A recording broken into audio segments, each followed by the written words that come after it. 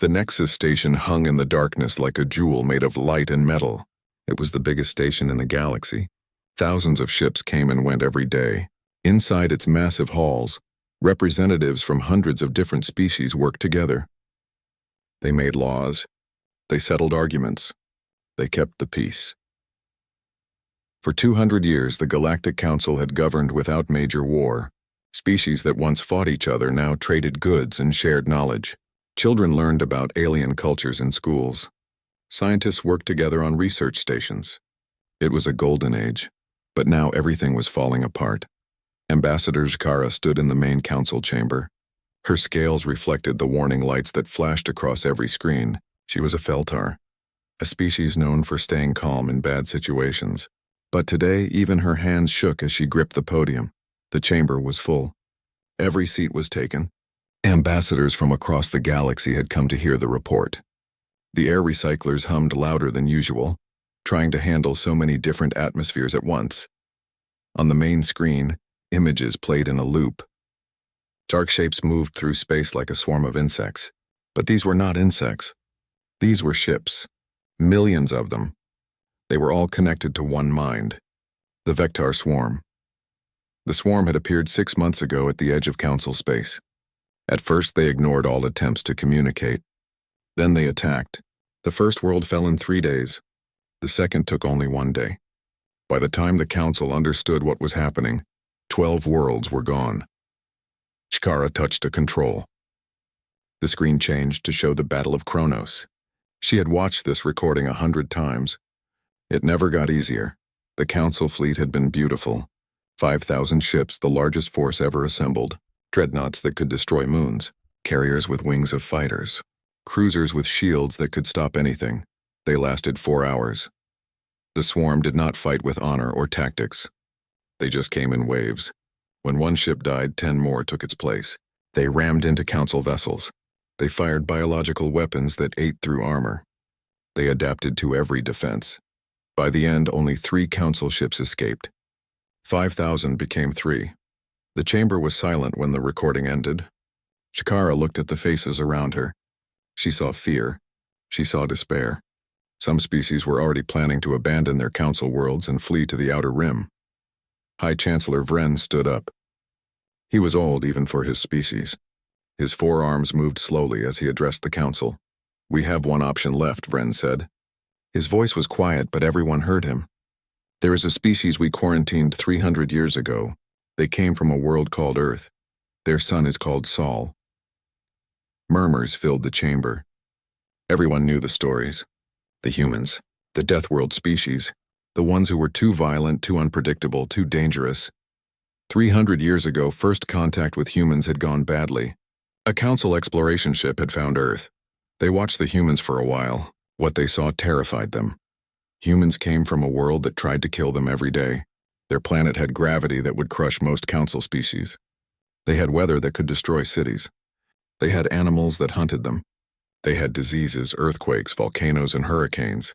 And somehow humans thrived. They built cities. They created art and music. They went to their moon. They split the atom. They did all of this while fighting each other in constant wars. The Council had seen enough. When they finally made contact, they offered humans a choice. Join the Council and follow its rules of peace, or stay isolated in your system. The humans had been angry. They felt insulted.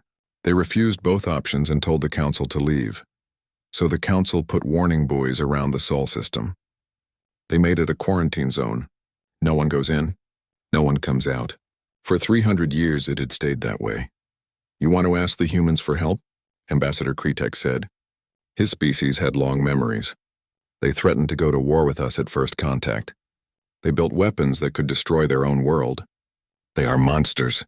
Vren nodded slowly. "Yes, they are dangerous, but the swarm is destroying us. We need someone who knows how to fight. Really fight. The humans do." The debate went on for hours. Some argued that asking humans for help was too risky. Others said doing nothing was worse. Some suggested running away and abandoning the core worlds. Others said they should fight to the last ship. Finally, they voted. It was close, but the decision was made. Someone would go to Earth and ask for help. Shakara had volunteered before anyone could stop her. She knew it was dangerous. The humans might kill her. They might refuse. They might have died out in 300 years of isolation, but someone had to try. Her ship was small and fast. It had no weapons, only communication equipment. She traveled alone. The journey to Sol took 2 weeks. As she got closer, her sensors picked up the warning buoys. They were old but still working. The message played in every council language. Quarantine zone. Proceed at own risk. No assistance will be provided. Shkara took a deep breath and crossed the boundary.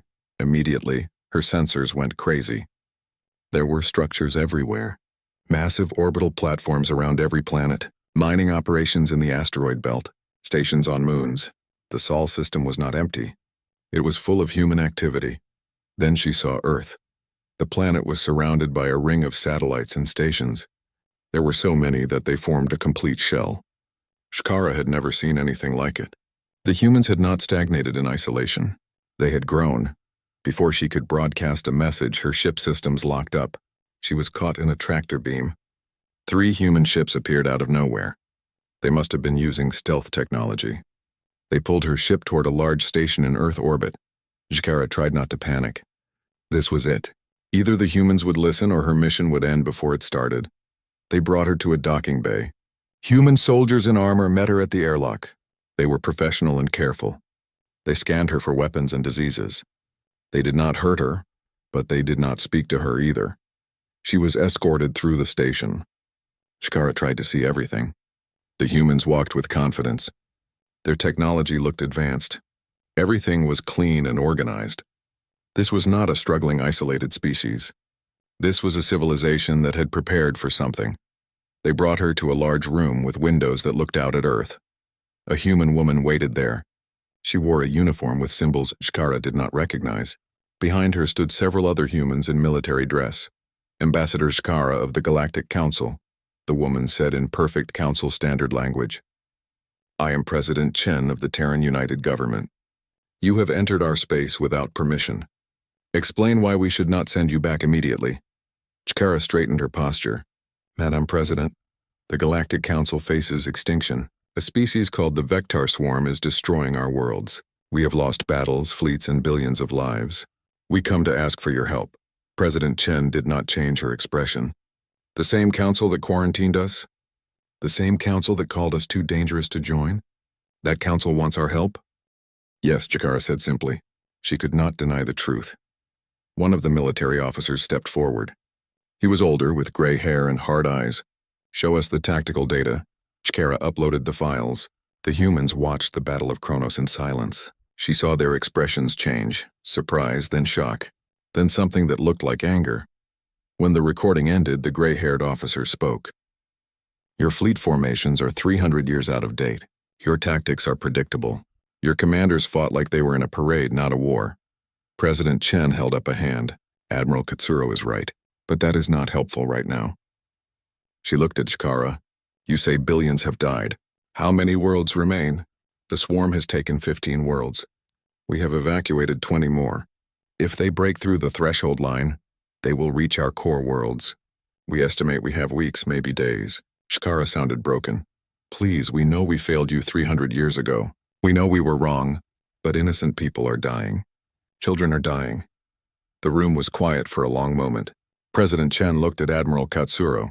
Something passed between them without words. We will discuss this, President Chen said. You will wait here. The humans left. Shkara was alone with her thoughts and the view of Earth below. The planet looked peaceful from up here. Blue and green and white. Beautiful. She wondered what decision the humans would make. Would they help their old enemies? Would they take revenge by doing nothing? Would they even care? Hours passed. Finally, President Chen returned. Admiral Katsuro was with her, along with a dozen other humans in uniform. We have debated this question, President Chen said. Some of my people want to leave you to face the swarm alone. They say you abandoned us when we needed guidance. They say this is justice. Shkara felt her heart sink. But, President Chen continued, we are not a species that watches innocent people die when we can help. We will send a fleet. However, we do this on our terms. Your council does not command us. We fight our way. Do you understand? Relief flooded through Shkara. Yes, I understand. Thank you. Admiral Katsuro smiled, but it was not a friendly smile. It was the smile of a predator. Ambassador, you are about to see what humans have been doing for 300 years. We have been preparing. Not for you, not for the Council, for the galaxy itself. We knew eventually someone would need us to do what we do best, and what is that? Shkara asked. We fight, Admiral Katsuro said. We survive. And we protect those who cannot protect themselves. Even if they once called us monsters? The human fleet assembled in the darkness beyond Mars. Shkara watched from the observation deck of Geneva Station. She had never seen so many warships in one place. 500 vessels. Each one looked different from the others. Some were long and sleek like spears. Others were thick and heavy like hammers. Their hulls were dark gray, almost black. They did not shine or reflect light. They absorbed it. These ships were built for one purpose. War Shkara had spent 3 days with the humans. They treated her well, but kept their distance. She was a guest, not a friend. She understood. Trust had to be earned. During those days, she learned about what humans called the Terran United Government. After the Council had quarantined them, the human nations finally united. They stopped fighting each other. They pooled their resources. They focused on one goal: survive and grow stronger. They built colonies on Mars and the moons of Jupiter. They mined asteroids. They created massive shipyards in the outer system. And they built a fleet, not just any fleet, a war fleet that could defend Earth from any threat, because the humans knew something the Council had forgotten. The galaxy was dangerous. Peace was temporary. Sooner or later, something would come that wanted to destroy you. And when that happened, you needed to be ready to fight back. President Chen found Shkara at the observation window. She stood beside the ambassador in silence for a moment. They are magnificent, are they not? Chen said. Every one of those ships represents years of work. Thousands of people designed them. Millions built them. And now we send them to fight for people who once rejected us. Shkara turned to face the president. Why? Why help us after what we did? Chen smiled sadly. Because we remember what it is like to be afraid and alone. Because we know what it means to face extinction. And because despite everything, we still believe that life is worth protecting. All life. Even the lives of those who wronged us. You could have refused, Shkara said. Yes, and many humans wanted us to refuse. But that would make us no better than the swarm. We would be allowing genocide through inaction. Humans have made many mistakes in our history, Ambassador. We have fought terrible wars. We have committed terrible crimes against each other. But we learned, we grew. And one thing we learned is this. When innocent people are dying and you have the power to help, you help. It is that simple. Shkara felt tears in her eyes. She had 4 eyes, so that was twice as many tears as a human. I wish the Council had understood that 300 years ago. Perhaps they will understand it now, Chen said. She touched a control panel. A holographic display appeared showing the assembled fleet. Let me show you what we have prepared. Chen explained the fleet composition. There were capital ships called dreadnoughts. These were the largest vessels, over 2 kilometers long. They carried massive railguns that could fire projectiles at a fraction of light speed. Each shot had the power of a nuclear bomb. Then there were carriers. These held squadrons of fighters and bombers. The fighters were small and fast, designed for dogfighting.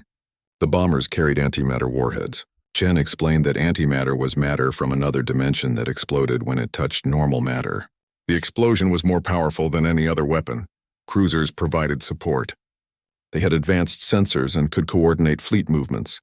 Destroyers protected the larger ships from enemy fighters. Frigates carried troops for boarding actions. And all of them, every single ship, was powered by fusion reactors.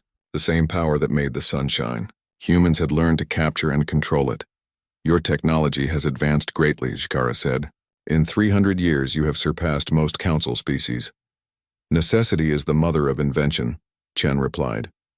When you are alone and surrounded by unknown threats, you innovate or you die. We chose to innovate. Admiral Katsuro entered the observation deck. She wore a crisp military uniform covered in medals and insignia. Behind her walked a dozen officers, each representing a different ship or division. Madame President, the fleet is ready, Katsuro reported. All ships have completed final checks.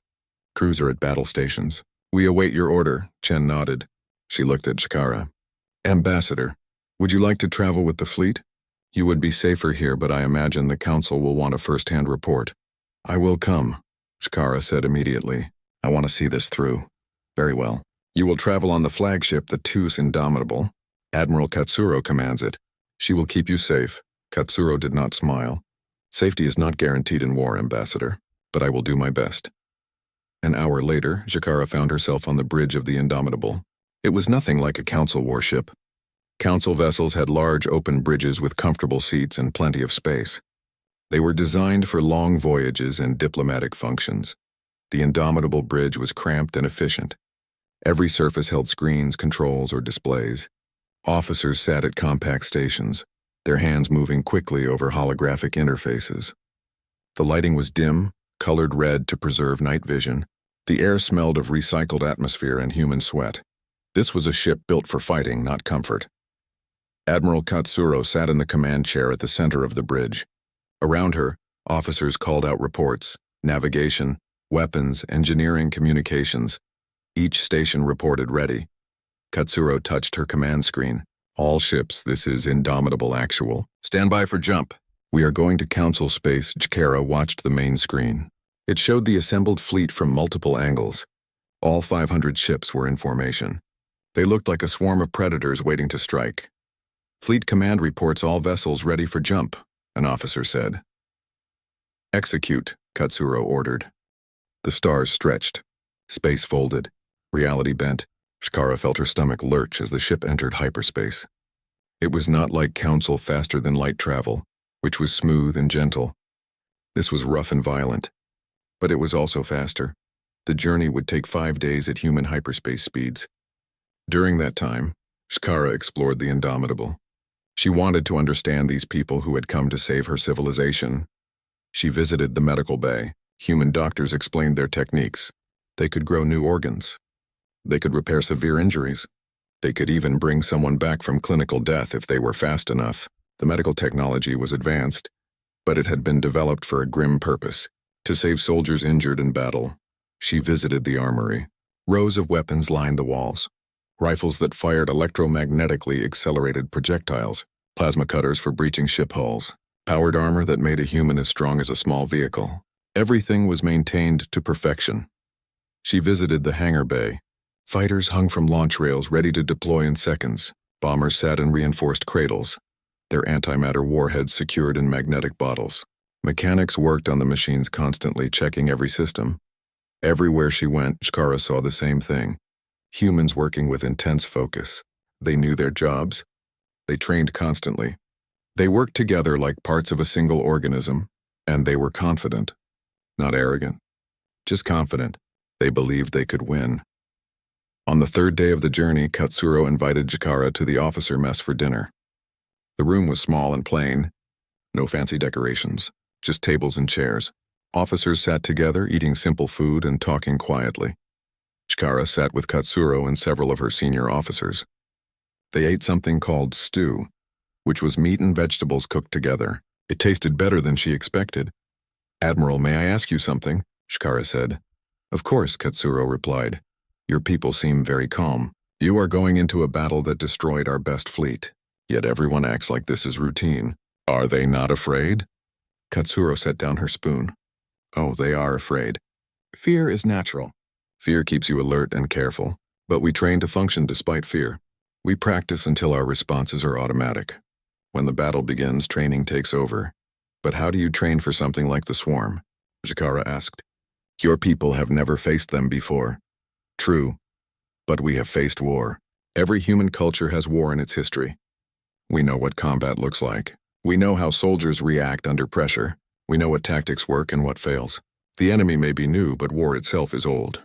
We have 3,000 years of written military history to learn from. The Council has not fought a major war in 2 centuries, Shkara admitted. We thought we had moved beyond such things. An officer spoke up. His name was Commander Martinez, and he was the Indomitable Weapons Officer. That was your mistake. Peace is wonderful. We all want peace. But peace only lasts when good people are ready to fight if necessary. The Council stopped preparing. You forgot how. We believed the galaxy had changed, Shkara said quietly. The galaxy never changes, Katsuro said. Only the players change. There will always be someone who wants to take what others have. Someone who values conquest over cooperation. Your council created peace, yes, but you did not maintain the strength to defend it. Will you teach us? Shakara asked. After this is over, will you teach the council how to fight again? Katsuro considered the question. If you survive and if your council asks sincerely, then yes. We will teach you. Not because we want the galaxy to be more violent, but because strong people can choose peace. Weak people have peace forced upon them, and it does not last. On the 5th day, the fleet dropped out of hyperspace at the edge of Council territory. Shakara was on the bridge when it happened. The stars snapped back into focus. Space returned to normal. We are receiving hails, the communications officer reported. Multiple Council stations are detecting us. They are demanding identification. Open a channel, Katsuro ordered. This is Admiral Patricia Katsuro of the Terran Expeditionary Force. We are responding to the Galactic Council request for military assistance. Ambassador Shakara is aboard and can verify our credentials. Shakara stepped forward.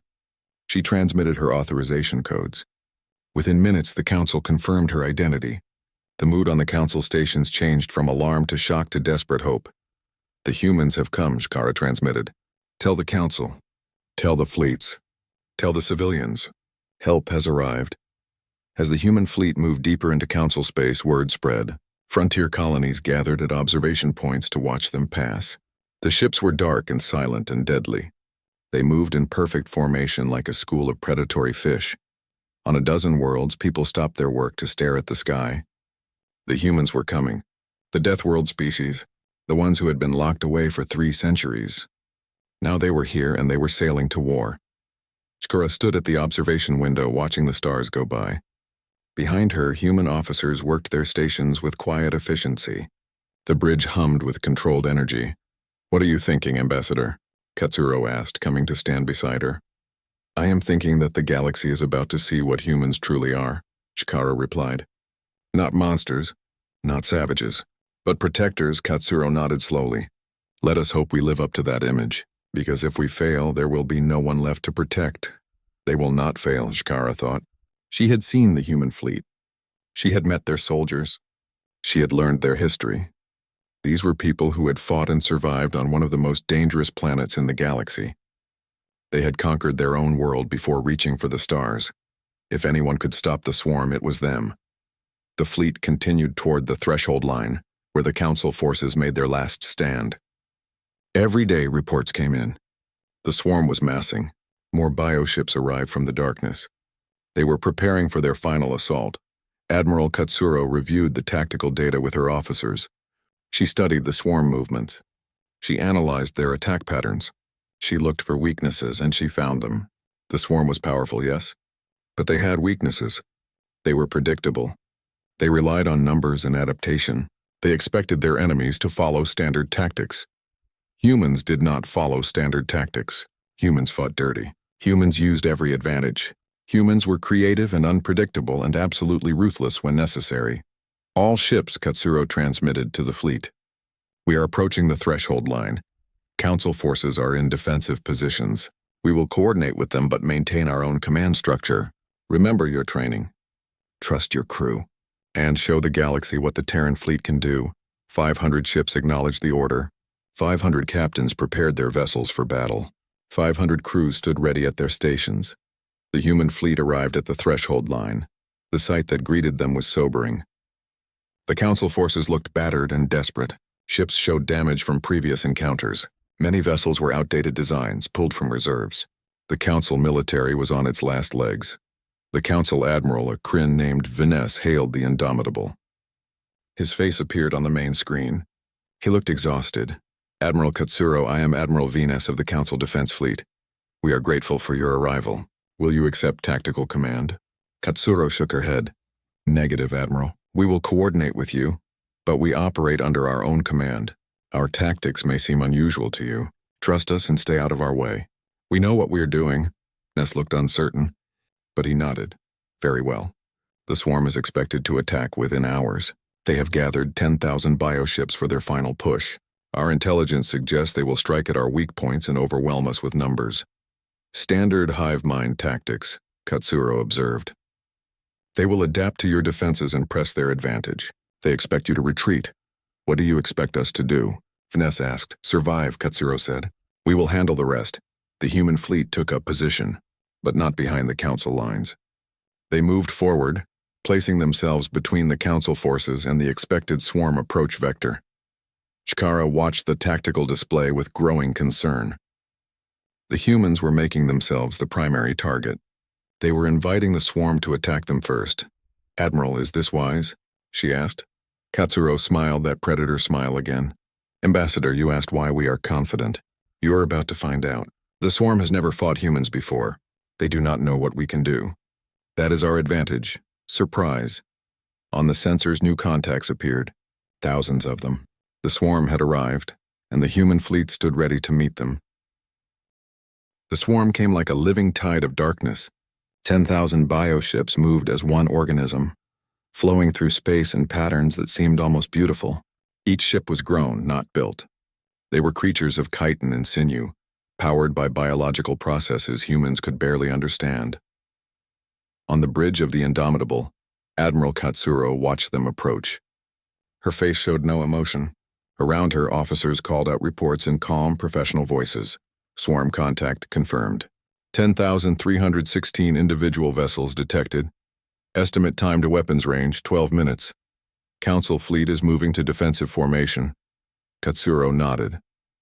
She touched her command screen. All ships hold formation. Do not engage until my mark. Weapons free on my command only. Chikara stood at the back of the bridge trying to stay out of the way. Her hearts were beating fast. She had watched the Battle of Kronos recording. She knew what the swarm could do. And now she was about to see it in person. The swarm ships grew larger on the main screen. They moved in waves, each wave supporting the others. It was like watching a swarm of insects, but each insect was the size of a building. Some were sleek and fast. Others were massive and heavily armored. All of them had weapons growing from their hulls like thorns. Admiral Viness hailed from the Council flagship. Admiral Katsuro, they are about to enter optimal firing range. Request permission to begin defensive barrage. Negative, Katsuro replied. Hold your fire. Let them come closer. But Admiral, if we wait too long, they will be upon us. Trust me, Admiral Viness, hold your fire. The Council fleet waited, every ship tense. Their captains did not understand human tactics. This went against all their training. You were supposed to engage at maximum range. You were supposed to use your shields and firepower to keep the enemy at a distance. But the humans just waited. The swarm crossed into weapons range. Still, the human fleet did not fire. The swarm came closer. The bioships began to accelerate, preparing to ram into the human lines. On the Indomitable bridge, the weapons officer called out. Target lock achieved on priority targets. Railguns charged and ready. Missile batteries loaded. Katsuro leaned forward in her command chair. All ships. Weapons free. Fire at will. Show them what humans can do.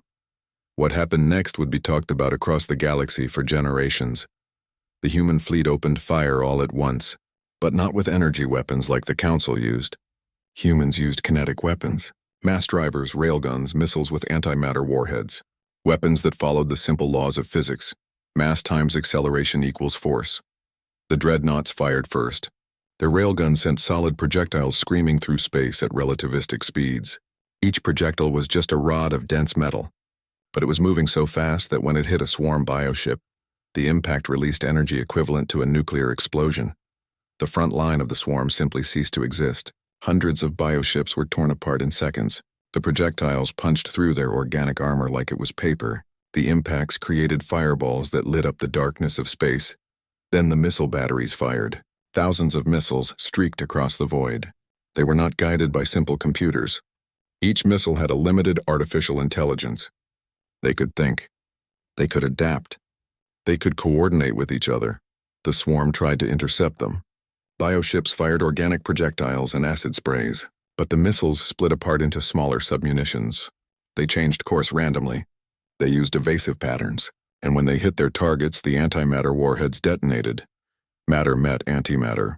The resulting explosions were blinding. Each one released more energy than a star produced in a year. Entire clusters of swarm bioships vanished in flashes of light so bright that the Indomitable sensors had to compensate to prevent damage. The Council fleet watched in stunned silence. In the first 30 seconds of combat, The human fleet had destroyed over 1,000 swarm vessels. The Council fleet had never achieved anything close to that in hours of fighting, but the swarm was not finished. The hive mind adapted. The bioships began to spread out. They stopped moving in tight formations. They used evasive maneuvers. They fired back at the human ships. Organic projectiles and biological weapons streamed toward the human fleet. These were the weapons that had eaten through Council shields and armor. Acid that could dissolve metal, spores that could infect ship systems, living missiles that could burrow into hulls. The human ships did not have shields like Council vessels. Instead, they relied on point defense systems. Automated weapons tracked incoming threats and destroyed them. Lasers burned spores out of space. Gatling guns shot down biological missiles. The few weapons that got through hit armor, not shields, and human armor was different. It was layered. It was reactive. It was designed to withstand punishment. When acid hit the hull, the outer layer would burn away, but the inner layers held. When something tried to burrow into the ship, automated systems detected it and sealed off the area. Damage report, Katsuro called out. Minor hull damage on decks 7 through 9. Point defense systems are at 87% efficiency. No casualties reported. Good. Continue firing. Target their larger vessels. I want those command nodes destroyed. The human fleet pressed forward. This shocked the swarm. Every other enemy had retreated when faced with the swarm numbers. The humans advanced. The carriers launched their fighters. Small, fast ships poured out of the hangar bays like angry wasps. Each fighter was piloted by a human. No automated drones. Real pilots who could think and react faster than any computer. The fighters dove into the swarm formation. They moved in coordinated wings covering each other. When a fighter was in danger, its wingman was there to help. They communicated constantly, sharing target data and tactical information. The swarm bioships tried to swat them down. But human pilots were trained for this. They had practiced dogfighting for years. They knew how to use their ships. They knew when to attack and when to evade. They trusted each other completely. Shkara watched a fighter pilot take down 3 bioships in rapid succession. The pilot used guns to damage the first ship, then fired a missile into its exposed core. While that ship was dying, the pilot rolled and fired on a second ship, hitting its propulsion organs. The third ship tried to ram the fighter, but the pilot simply accelerated away and let her wingman finish it with a torpedo. It was like watching a dance. A deadly, precise, beautiful dance. The bombers came next. These were larger than fighters and carried heavier weapons. They moved in formations protected by fighter escorts. Their targets were the big bioships, the ones that served as command nodes for the hive mind. Each bomber carried antimatter torpedoes. These were larger than the missiles and had more powerful warheads. When they detonated, they could destroy even the biggest swarm vessels. The bombers made their runs. Fighters cleared a path. The bombers released their torpedoes. The weapons streaked toward their targets. The swarm tried to intercept them, but human fighters kept the bioships busy. The torpedoes struck home. The command node bioships exploded in cascading detonations. Each one that died caused confusion in the swarm. The hive mind needed those nodes to coordinate. Without them, the swarm became less organized. Admiral Vaness hailed the Indomitable again. His face showed pure amazement. Admiral Katsuro, your tactics are incredible. The swarm is in disarray. Request permission to join the assault. Negative, Venus. Hold your position. Protect our flanks. We will break their center, but we need you to guard against any swarm ships that try to go around us. Understood. Council fleet will hold the line. Katsuro turned to her tactical officer. Status of the fleet? All capital ships operational. Minor damage across the fleet, nothing critical. We have lost 14 fighters and 3 bombers. The swarm has lost approximately 42% of its initial forces. 42% in 20 minutes. Shkara could barely believe it. The Council fleet had fought for hours and barely scratched the swarm. The humans had cut through them like a knife. But the swarm was learning. That was what made them so dangerous. They adapted. Already Shkara could see changes in their tactics. They were spreading out more. They were focusing fire on individual human ships. They were trying to isolate and overwhelm targets. One of the human destroyers took concentrated fire from a dozen bioships. Its point defense systems were overwhelmed. Biological weapons hit the hull. The armor began to fail. Destroyer Valiant is reporting critical damage, the communications officer called out. Vector cruisers to support Valiant. Katsuro ordered. Have them provide covering fire while Valiant pulls back for repairs. 2 cruisers immediately changed course. They positioned themselves between the destroyer and the swarm. Their weapons lit up the darkness as they fired on any bioship that got close. The destroyer managed to retreat behind the main line. This was another difference between human and council tactics. Humans protected each other. Council ships fought as individuals. Human ships fought as a pack. When one was in danger, others came to help. They covered each other. They supported each other. They fought as a single unit. The swarm could not adapt to this. They were used to enemies that broke and ran when hurt. They were used to isolated targets they could swarm and destroy. But the humans never gave them an isolated target. The humans never ran. Katsuro watched the tactical display. The swarm was still dangerous. They still had thousands of bioships. But their coordination was breaking down. The loss of command nodes was hurting them. They were becoming less efficient. All ships, Katsuro transmitted. Execute Wolfpack Alpha. Divide into squadron groups. Hunt the remaining command nodes. Show no mercy. The human fleet split apart. The massive formation became dozens of smaller groups. Each group had a mix of ship types. A dreadnought or cruiser for firepower, destroyers for protection, and fighters for scouting. These groups spread out through the battlefield. They hunted. They found swarm command nodes and destroyed them. They worked together perfectly, each captain knowing what the others needed without being told. It was chaos, but it was controlled chaos. The kind of chaos that came from highly trained professionals who trusted each other completely. The swarm tried to respond. They concentrated their forces. They tried to overwhelm individual squadron groups, but the humans were too fast. When the swarm concentrated on one group, that group would retreat while others attacked the swarm flanks. When the swarm tried to split up, the human groups would concentrate and destroy the isolated bioships. The battle raged for another hour. Slowly, steadily, the human fleet ground down the swarm. Each command node destroyed made the swarm weaker. Each bioship killed reduced their numbers. And then came the killing blow. Admiral Katsuro had been studying the swarm the entire battle. She noticed that some of the large bioships were different. They did not fight as aggressively. They stayed near the center of the formation. They seemed to be coordinating the others. Those were the primary nodes. The central intelligence of the swarm. Kill those and the entire hive mind would collapse. All ships, Katsuro transmitted. I am uploading priority targets to your systems. Squadron groups 1 through 5 form on the Indomitable. We are going for the heart of the beast. The Indomitable and 4 other squadron groups formed a spearhead. They accelerated toward the center of the swarm formation. Thousands of bioships stood between them and the primary nodes. It did not matter. The human ships punched through. Railguns fired continuously. Missiles flew in waves. Fighters cleared the path. Nothing could stop them. The Indomitable itself led the charge. Its massive railguns tore through anything in front of it. Its armor shrugged off hits that would have destroyed lesser ships. It was a dreadnought, built for line-breaking assaults. Shikara held onto a support rail as the ship shook from impacts. Alarms blared. Officers called out damage reports. But Admiral Katsuro never wavered.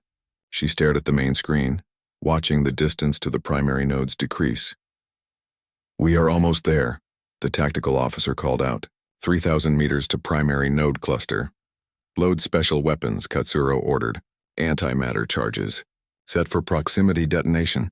Charges loaded and armed. Ready to fire on your command. The Indomitable closed the distance. 2,000 meters. 1,000. 500 fire! The antimatter charges launched. They were not missiles. They were bombs. Giant weapons that had only one purpose. Maximum destruction. The charges detonated directly among the primary node bioships. The explosions were massive. Matter and antimatter annihilated each other, creating pure energy. The primary nodes were vaporized instantly. The other bioships near them were torn apart by the blast wave. And then, suddenly, the swarm stopped fighting. All across the battlefield, bioships went still. They drifted in space, their weapons silent. The hive mind was gone. Without the primary nodes to coordinate them, the individual ships were just mindless organisms. The human fleet stopped firing. For a moment, there was silence. On every bridge, crews looked at their screens in disbelief. It was over. Cease fire, Katsuro ordered. All ships, cease fire. The swarm is dead. On the bridge of the Indomitable, nobody moved. They had just won a battle that should have been impossible. They had destroyed a threat that had wiped out Council fleets, and they had done it in just under 2 hours. Shikara stood in stunned silence. Around her, human officers began to breathe again. Some smiled. Others hugged. A few cried quiet tears of relief. "Final damage report," Admiral, an officer said. 21 ships destroyed, 43 ships with major damage. Total casualties estimated at 3,000. The swarm has been completely neutralized. Katsuro nodded slowly. She looked tired suddenly, as if all her energy had drained away. "Record our losses. Prepare casualty reports. Begin search and rescue operations for any survivors in the destroyed ships." She turned to Shikara. "Ambassador, please inform the Council. The swarm is dead. Your worlds are safe." Shikara tried to speak but could not find words. She had 4 eyes and all 4 were crying now. After a moment she managed to say, "Thank you. Thank you for saving us." Katsuro stood and walked to the observation window. She looked out at the field of debris. Thousands of dead bioships floated in space. Mixed among them were the wrecks of human vessels. Ships that would never return home. Crews who had given their lives for a species that had once rejected them. "We did not do this for gratitude," Katsuro said quietly. "We did this because it was right. Because life is precious, all life, even the life of those who wronged us. That is what makes us human." She turned to face Shikara. "Now comes the hard part, Ambassador. Now we must convince the galaxy that humans are not monsters to be feared. We are allies to be trusted. Do you think your council will listen?" Shikara looked at the human officers around her. She thought of the pilots who had fought so bravely. She thought of the 3,000 humans who had died to save her people. After this, how could the galaxy not listen? "They will listen," she said. "They will listen." For 30 seconds, every communication channel in Council space went silent. It was as if the entire galaxy held its breath. On 1,000 worlds, billions of beings had watched the battle unfold through telescopes and sensor arrays and relayed images. They had seen the swarm arrive with overwhelming numbers. They had seen the human fleet stand alone against impossible odds. They had seen the battle that should have ended in humanity's destruction, and instead they watched the swarm die. Nobody spoke. Nobody moved. The silence was deeper than space itself. It was the silence of awe and shock and disbelief all mixed together. It was the silence that came when everything you thought you knew turned out to be wrong. The Galactic Council had believed they were the height of civilization. They had believed their military was powerful. They had believed they understood war. They had been wrong about all of it. The humans had shown them what real war looked like. Not the careful, measured conflicts the Council remembered from centuries past. Real war, brutal, efficient, absolute. And when it was over, the humans had not gloated. They had not celebrated. They had immediately begun rescue operations. They searched for survivors among the wreckage. They offered medical aid to damaged Council ships. They showed more care for the wounded than joy for their victory. The silence finally broke when Admiral Katsuro transmitted to all Council vessels. "This is Admiral Katsuro of the Terran Expeditionary Force. The swarm threat has been neutralized. We are beginning humanitarian operations. Any ship requiring assistance should transmit distress codes on emergency channels. We will render all possible aid." The Council fleet responded first. Admiral Venus' voice came over the channel. His words were shaky with emotion. "Admiral Katsuro, on behalf of the Galactic Council, I thank you. You have saved us all. Your tactics, your courage, your sacrifice. We have no words adequate to express our gratitude." "We did what was necessary," Katsuro replied. "Nothing more. Now let us focus on saving lives and cleaning up this battlefield. We can discuss gratitude later. Practical to the end. That was the human way. Do the job. Save the people. Talk about it afterwards." Kara transmitted to the Nexus station.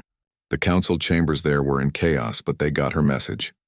High Chancellor Vren appeared on screen. His forearms were shaking. "Ambassador Shikara, did we just witness what I think we witnessed?" "Yes, Chancellor. The humans destroyed the swarm completely. The threat is over." Vren sat down heavily. How did they do in 2 hours what we could not do in months?" "Because they understand war in a way we have forgotten," Shikara said. "Because they come from a world that taught them to be survivors. Because they trained and prepared while we grew complacent in our peace. Then we owe them everything." "Yes, and we must make sure the entire galaxy knows it." Across Council space, the news spread. not through official channels at first. It spread through the people. Colonists transmitted to their families. Traders passed the word. Sensor operators shared their recordings. Within hours, every species in the council had heard. The humans had saved them. The Death World species that had been quarantined for 3 centuries had returned and saved the galaxy. On the frontier colonies that had watched the fleet pass, people gathered again. But this time they did not watch in fear. They watched in wonder. Some wept, some cheered, some simply stood in silence, trying to understand what they had witnessed. A young Felthar child asked her mother why the humans had helped them. The mother thought for a long moment before answering. Because that is what good people do, child. They help, even when it costs them. Even when the ones they help were unkind to them before. Meanwhile, the human fleet worked. Medical ships from the Terran vessels moved among the battlefield, looking for survivors. They found a damaged council cruiser with a hull breach. The crew was suffocating. Human Marines suited up and boarded the vessel. They sealed the breach and provided oxygen. They evacuated the wounded and brought them to human medical bays. The council crew members watched in amazement as human doctors worked on them. The medical technology was advanced, yes, but more than that, the humans were gentle. They were careful. They treated each patient with respect and compassion. One injured Kryn soldier tried to thank a human doctor. The doctor shook her head. Save your strength for healing. We are just doing our jobs. You would do the same for us. But the Kryn wondered if that was true. Would the council have helped humans if the situation had been reversed? He was not sure. That thought troubled him. On the Indomitable, Admiral Katsuro held a memorial service. She gathered her crew in the main hangar bay. The bay was large enough to hold most of the ship's personnel. Those who could not fit watched on screens throughout the vessel. Katsuro stood on a raised platform. Behind her hung the flags of the Terran United Government and the Indomitable. She wore her full dress uniform. Her face was solemn. Today we honor those who gave their lives in defense of the innocent, she said. Her voice carried through the bay without amplification. 3,072 brave souls went into battle knowing they might not return. They faced the swarm without hesitation. They did their duty to the very end. She read the names. All 3,072 of them. It took nearly an hour. The crew stood at attention the entire time. When Katsuro finished, she saluted. The crew saluted. Then they stood in silence for 60 seconds. Chikara watched from the side. She had seen council memorials before. They were formal and brief. This was different. The humans took their time. They honored each individual. They made sure everyone was remembered. After the service, Katsuro approached Chikara. The ambassador, I must be honest with you. Many of my people did not want to come. They remembered how the council treated us. They wanted to let you face the swarm alone. They said it was justice for abandoning us 3 centuries ago. Chikara nodded. I understand. We wronged your people. We were afraid of you. We pushed you away instead of embracing you. It was cowardly, yes, but do you know what changed their minds? What? The children. When President Chen showed them images of council children fleeing from the swarm, the debate ended. Because humans protect children. All children. It does not matter what species they are or what their parents did. Children are innocent.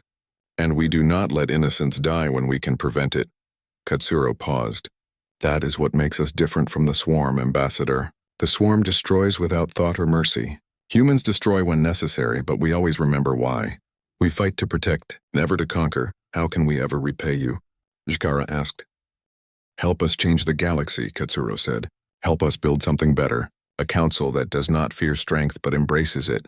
A galaxy where species work together not because they are weak, but because they choose to be stronger together.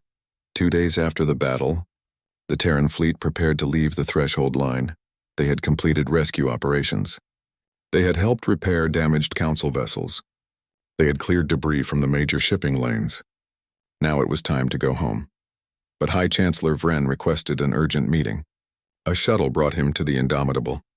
It was the first time a sitting High Chancellor had visited a human vessel. Chikara and Admiral Katsuro met him in the conference room. Vren looked tired. The stress of the war had aged him. But there was hope in his eyes now. Admiral Katsuro, the Chancellor said formally, the Galactic Council wishes to express its deepest gratitude for your assistance. You saved billions of lives. You preserved civilization itself. We are forever in your debt.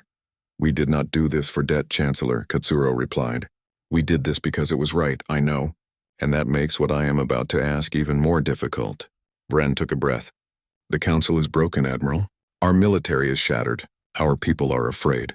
We have forgotten how to be strong. We need help. Not just military help. We need to learn how to stand on our own again. Will you help us?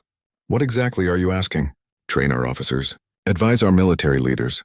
Share your knowledge of tactics and strategy. Help us rebuild into something that can defend itself. And in return, we will formally invite humanity to join the Galactic Council. Not as junior members, as full and equal partners. Katsuro was quiet for a long moment. She looked at Chikara, who nodded encouragingly. Finally, she spoke. I cannot make this decision alone. I must consult with President Chen and the Terran government. But I will recommend that we accept, on one condition, name it. We do not just train your military. We train your people to value strength without fearing it, to prepare for war while hoping for peace, to remember that compassion and capability are not opposites. They are partners. Can you agree to that? Vren nodded. Yes, we can agree to that. We must agree to it. Because you have shown us that true strength is not the ability to destroy, it is the willingness to protect. The shuttle returned Vren to his flagship. Katsuro immediately opened a secure channel to Earth. President Chen appeared on the screen. She listened as Katsuro explained the Council's request. So they want us to join them, Chen said thoughtfully. After 300 years of keeping us out, they now want us in. The irony is rich, yes, Madam President, but I believe their offer is sincere. They have learned a hard lesson. They are genuinely trying to change. What is your recommendation, Admiral? Except we came out here to save them. We succeeded. Now we have a chance to make sure this never happens again. We can help build a galaxy that is strong enough to defend itself, but wise enough to choose peace. Is that not worth the effort? Chen smiled. You sound like an idealist, Patricia. I thought you were a warrior. Warriors fight so that others can live in peace, Madam President. That makes us the biggest idealists of all. Very well. I will bring this to the Terran Congress. I expect they will approve.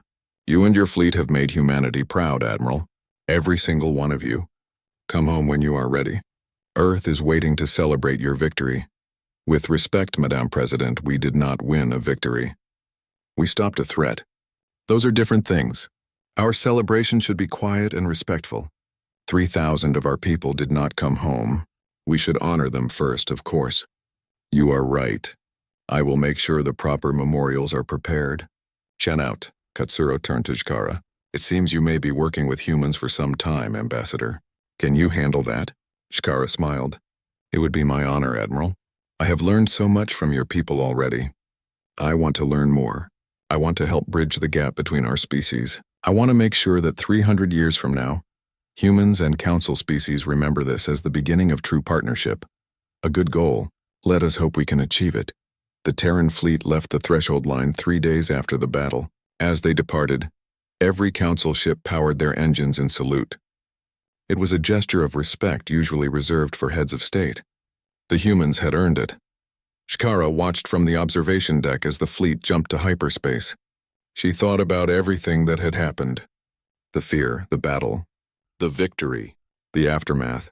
The galaxy had changed.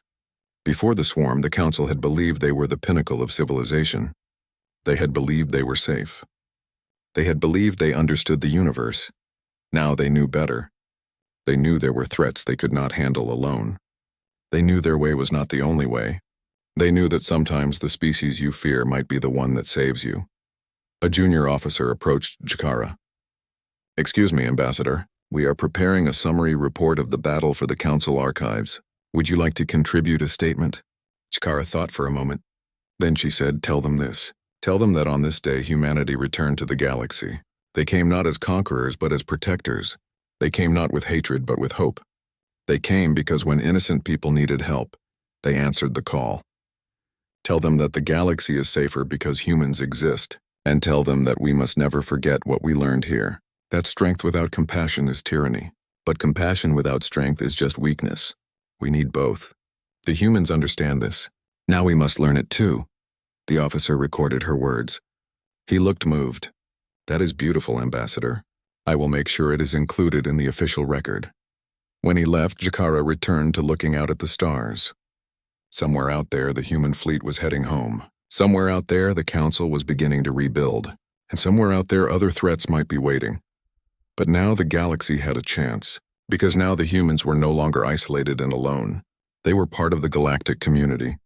They brought with them their strength, their courage, their technology, and most importantly, their values.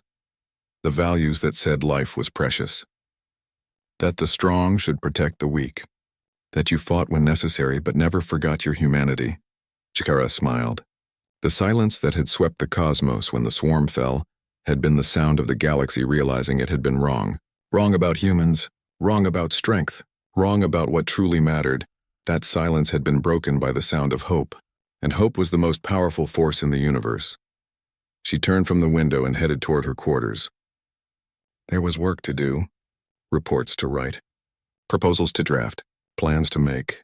The hard work of building a new future was just beginning, but for the first time in months, Shkara felt truly optimistic. The galaxy had faced darkness and survived. With the humans as allies, they could face whatever came next, together. 6 months after the Battle of Threshold, President Chen stood before the Galactic Council Assembly. It was the first time a human leader had entered these chambers in 300 years. The room was enormous. Seats for representatives from hundreds of species rose in curved tiers. Every seat was full. Every eye was on her. Chen wore a simple suit, not a military uniform. She wanted the council to see her as a leader, not a warrior. Behind her stood Admiral Katsuro and Ambassador Chikara. They were her witnesses and her supporters. The chamber was silent. High Chancellor Vren sat in the central position. He looked healthier now. The war was over. His people were recovering. But there was still uncertainty in his eyes. President Chen of the Terran United Government, Vren said formally. You stand before the Galactic Council at our invitation. We have asked you here to discuss the future. The future of humanity. The future of the Council. The future of us all. Chen stepped forward to the speaker podium. She looked around the chamber, making eye contact with as many representatives as possible. Then she began to speak. 300 years ago, humanity made first contact with your council. We were young. We were violent. We were dangerous, and you were afraid of us. You had good reason to be afraid. We came from a world that taught us to be survivors at any cost. We had wars. We had weapons that could destroy our own planet. We were not ready to join your peaceful civilization. She paused. So you quarantined us. You locked us away and told us to stay in our system. You hoped we would either destroy ourselves or mature into something less threatening. Many of my people were angry. Some wanted war. But our leaders made a different choice. We chose to prove you wrong. Not with weapons, not with threats, but by becoming the people you wished we were. Chen looked at Vren. We spent 300 years building a better humanity. We united our world. We stopped our wars. We explored our system. We advanced our technology. We prepared for the day when the galaxy might need us. And when that day came, when the swarm threatened to destroy everything you had built, we did not hesitate. We came, we fought. We bled and we won. Murmurs filled the chamber. Some representatives looked uncomfortable. Others looked grateful. All of them were listening. Now you ask us to join you as full members of the Galactic Council, Chen continued. You offer us a seat at this table. You promise us equal partnership. And you want us to help rebuild your military strength. These are generous offers. My people are honored by them. But before we accept, I must speak some difficult truths. The chamber grew quiet again. This was the moment everyone had been waiting for. Would the humans forgive the Council? Would they join? Or would they reject the offer out of pride? The Council made a mistake 300 years ago, Chen said. You let fear control your decisions. You saw our violence and assumed we were monsters. You never considered that violence could be a tool, not an identity. That warriors could also be protectors. That strength could serve peace instead of opposing it. But you were not entirely wrong. Humanity was dangerous. We did need to change. Your quarantine, though it hurt us, gave us time to grow, time to become better, time to prove to ourselves that we could be more than our worst impulses. Chen's voice grew stronger. So I do not come here to demand apologies. I do not come to make you feel guilty. I come to offer partnership. Real partnership, based on mutual respect and shared goals. We will join your council. We will help you rebuild. We will share our knowledge and our strength. But in return, we ask for 3 things.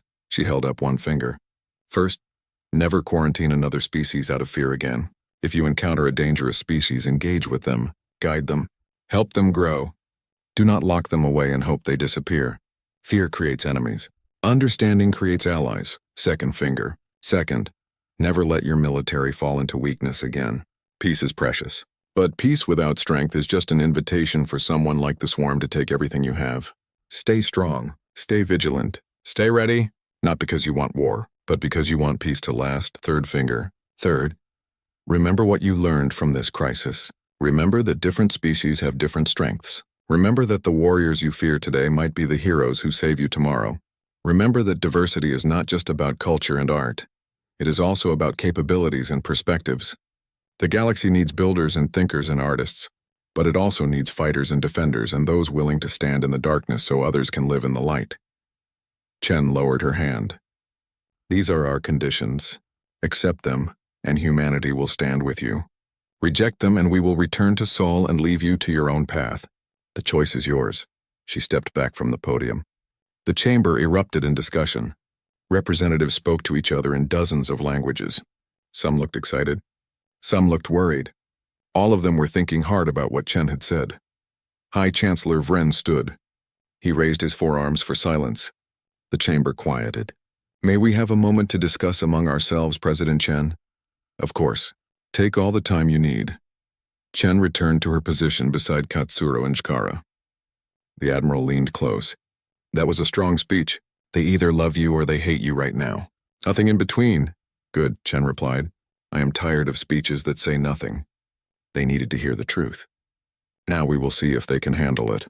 The council representatives debated for an hour. Chikara watched them carefully. She knew most of these people. She could read their body language. Most seemed supportive, but there were some who looked angry. Change was always difficult. Some species did not want to accept that they had been wrong. Finally, Vren called for a vote. It was a simple question. Accept humanity's conditions and invite them to join the council, or reject the conditions and decline the partnership. The vote took 5 minutes. When it was done, Vren announced the results. By a vote of 423 to 77, with 12 abstentions, the Galactic Council accepts your conditions and formally invites humanity to join as full and equal members. The chamber erupted in applause. Not all of the representatives clapped. The 77 who voted against sat in silence. But the majority were celebrating. Chen did not smile. She simply nodded. She had expected this outcome, but there was no joy in it. This was not a victory. It was just the beginning of a lot of hard work. She returned to the podium. On behalf of the Terran United Government and all of humanity, I accept this invitation. We will work with you to build a stronger, safer, more just galaxy. We will share our knowledge freely. We will defend the weak. We will stand against tyranny and aggression wherever we find it. This is our pledge. More applause. Vren stood and offered his hand. Chen shook it. It was an awkward gesture for him, since he had 4 arms and was not used to human customs. But it was symbolic. A new partnership. A new beginning. Over the next 3 months, human advisors arrived at military installations across Council space. They began the long process of training Council officers in modern warfare tactics. It was difficult. Many Council species had to relearn everything they thought they knew about combat. Admiral Katsuro personally led the training program. She was tough but fair. She pushed Council officers hard, but she also explained why. War is not about glory, she told one class. It is not about honor or tradition. It is about survival, about protecting those who cannot protect themselves. If you are not willing to do whatever it takes to win, you should not be in uniform. Some officers resented her harsh methods, but most came to respect her. They saw that she cared about making them better. She was not trying to humiliate them. She was trying to save their lives and the lives of those they protected. Meanwhile, human engineers helped rebuild damaged worlds. Human doctors set up medical centers and refugee camps. Human teachers opened schools to help children who had lost their homes in the war. Humanity did not just offer military aid. They offered humanitarian support too. This surprised many Council species. They had expected humans to be warriors first and foremost, but they learned that humans were multifaceted. They could fight fiercely when needed, but they could also build and heal and teach. Chikara traveled extensively during this time. She visited dozens of worlds. Everywhere she went, people wanted to hear about the Battle of Threshold. They wanted to know what the humans were like. They wanted to understand how such a violent species could also be so kind. She told them the truth. Humans are complex. They have capacity for great violence, yes, but they also have capacity for great love. They hurt, but they also heal. They destroy, but they also create. This is not a contradiction. This is balance, and this is what makes them valuable partners. Not everyone was convinced. There were protests on some worlds. Groups that believed humans were too dangerous to trust, that humanity would eventually show their true nature and betray the Council, that the quarantine should never have been lifted. President Chen addressed these concerns in a public broadcast. "I understand your fear," she said. "Fear of the unknown is natural. Fear of those who are different is natural. But letting that fear control you is a choice. And it is the wrong choice. Judge us by our actions. We saved you. We are helping you rebuild. We ask nothing in return except partnership and respect. What more can we do to prove ourselves?" Time was the answer. As months became a year, and a year became 2 years, humans proved themselves again and again. They kept their promises. They shared their technology. They defended Council worlds from pirates and raiders. They worked alongside other species as equals. Slowly, attitudes changed. Children grew up playing with human toys and watching human entertainment. Students learned human history alongside their own. Scientists collaborated on research projects. Humans became just another part of the galactic community, but they also retained their identity. They did not become less human. They did not abandon their warrior culture. They simply added to it. They became warriors who knew when to fight and when to build. Protectors who understood that true strength was knowing when to use force and when to show mercy. 5 years after the Battle of Threshold, a memorial was unveiled on Nexus Station. It honored all those who died fighting the swarm. Council soldiers and human soldiers side by side. The memorial was simple, a wall of names, thousands of them, each one a life given to protect others. President Chen attended the dedication ceremony. She was older now. Her hair had more gray. The weight of leadership had marked her face with lines, but her eyes were still sharp, still determined. She stood before the memorial with Admiral Katsuro and Ambassador Chikara. The three of them had become close friends over the years.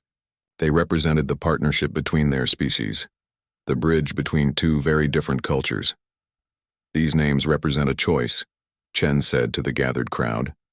"They represent the choice to stand up when others cannot, to fight when fighting is necessary, to sacrifice so that others may live. This is not a human value or a council value.